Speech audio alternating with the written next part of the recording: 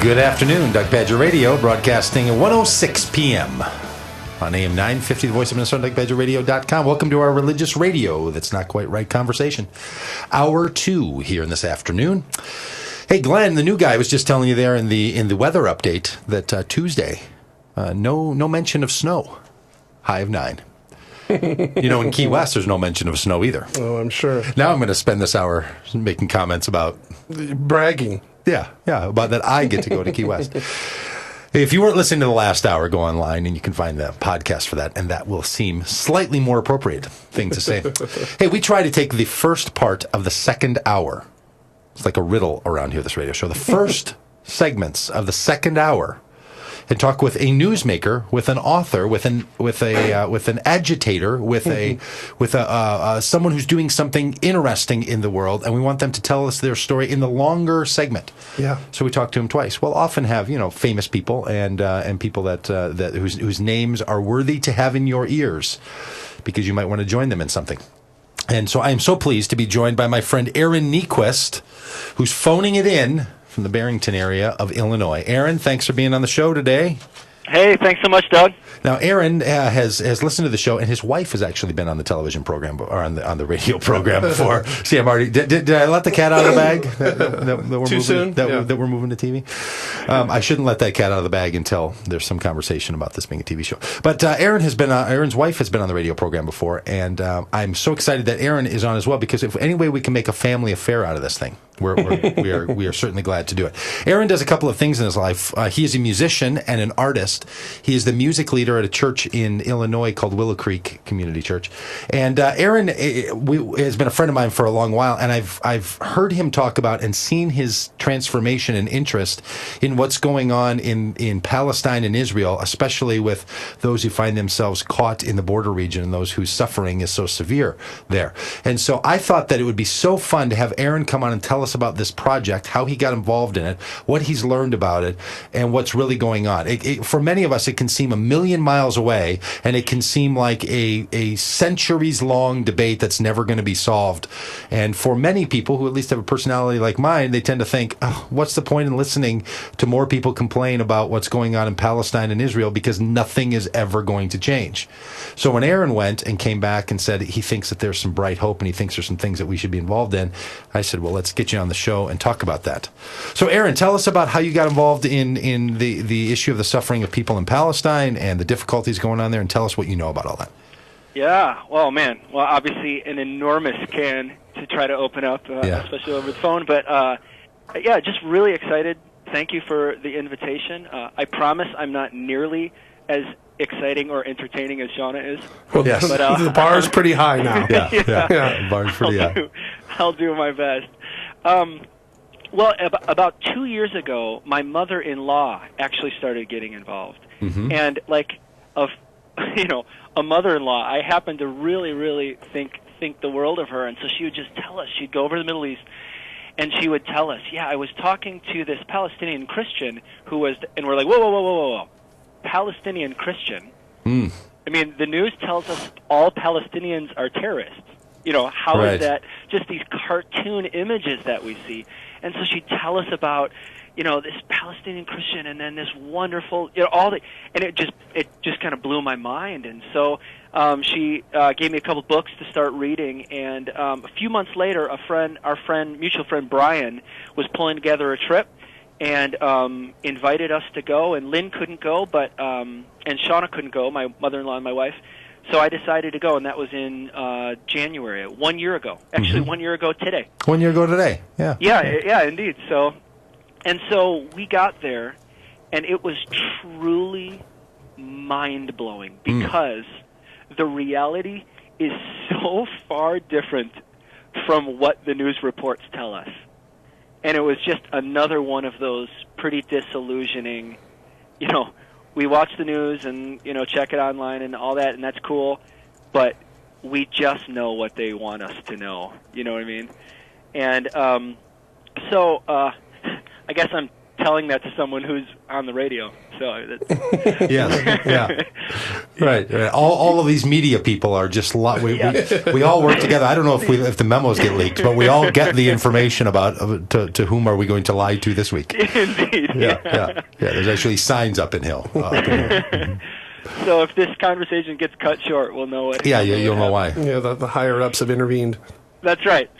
And so what I loved about this first trip is we were meeting with people on every side. We met with an Israeli family. We had Shabbat dinner in their home. Mm-hmm. Wonderful people. We met with. We actually got to tour inside the Dome of the Rock and Alaska Mosque, the two most holy sites in the third most holy city in Islam, and we met with everyone. We met with a mayor of a settlement, which a settlement is just where the Israeli government is inviting Jewish people from all over the world into these what many call Palestinian lands to build neighborhood, and it's really controversial. And so we met with a mayor and just said, "So how do you do this? What you know?" And then we met with any number of wonderful Palestinian peace workers. I mean, it was truly mind-blowing.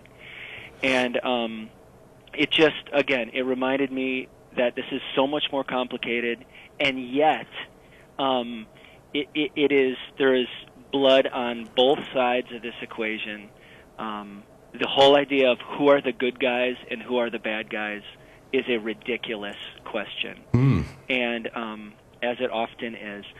And so probably I'll just cut to my most moving moment is when we were having this, we were learning that many of the actions of the Israeli government are actually deemed illegal by the international community.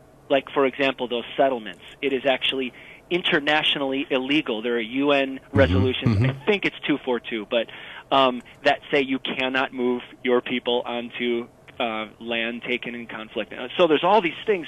So we're sitting there, we're meeting people who every day are being oppressed by these policies. And then we're learning these policies, most of the international community says that's illegal. You can't do that. And so, me and my naive, I'd been over there 5 days. I'm like, wait a second. So why doesn't the UN get together? Why doesn't the world stand up? And it got really quiet in the room. And they're like, oh, naive little guy. Yeah. And they said, America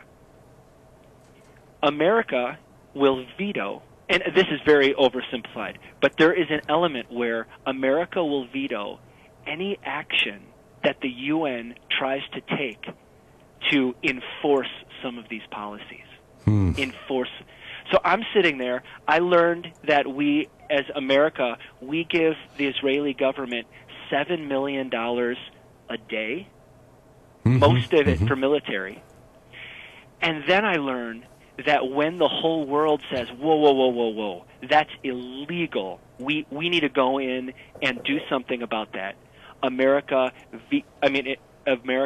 stops it in the UN. And it was a really disillusioning, disheartening, because I know America's not on the right side of all these battles all over the world. I don't think I have a totally idealized view of America, but this was a tough one. Yeah. So... Now, I ran across this quote this week from somebody who, in the 50s and 60s is a thinker and philosopher, and the quote is, "We must always seek the truth in our opponent's error and the error in our own truth."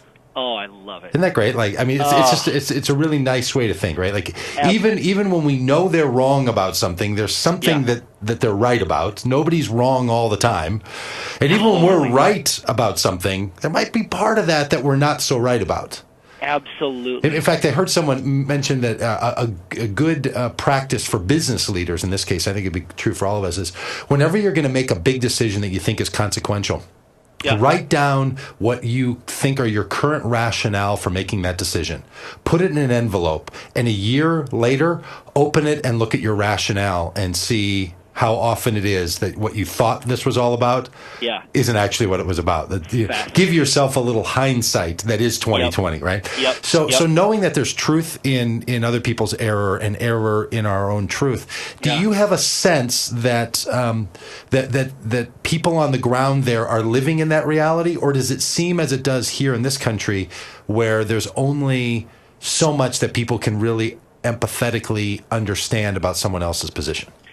I think it's the latter, unfortunately, and it feels very similar to our current left and right Washington thing, where in order for me to be right, you have to be all wrong. Yeah. I mean, that mentality. One quote we talked a lot about was that old quote: "The line between good and evil goes down the middle of every one of us, never between us." And I thought that was pretty profound. Yeah, I've never heard that. I've never heard that quote. Yeah. I think that would be true about many of you. No, just kidding. So now what's complicated there is here it's, just a bunch of people. No, I don't want to overgeneralize here. Yeah. The consequences are so East, much higher, Yeah. I mean, we met with the man, George. He's the mayor. He's involved with the Bethlehem political system. And a couple years ago, his car was shot up, and his 12-year-old daughter died, like in his arms. And the Israeli military came flying over and immediately realized that it was a mistaken identity. It was just a family. And so on the spot, this Palestinian man forgave the Israeli soldier. They're 19 years old. We met a bunch of soldiers walking around. 19 with these big weapons, and he forgave him on the spot, and now he's made it his life mission to connect Christians, Muslims, Jews, anyone who has lost a family member. We're going to come together and we're going to grieve together. And well, Aaron, that's great. This is Aaron Niequist. We're talking about Palestine, Israel, his experience in Palestine a year ago. We're going to be back here after the break with him and ask you what you think average, ordinary people like us can do about that. So hang tight, Aaron, and the rest of you. We'll be back here with Aaron here after the break on AM 950, the voice of Minnesota, and DougPagittRadio.com. And the leaves hanging down and the grass on the ground smelling sweet. You have a throat lozenge? Okay. Readings.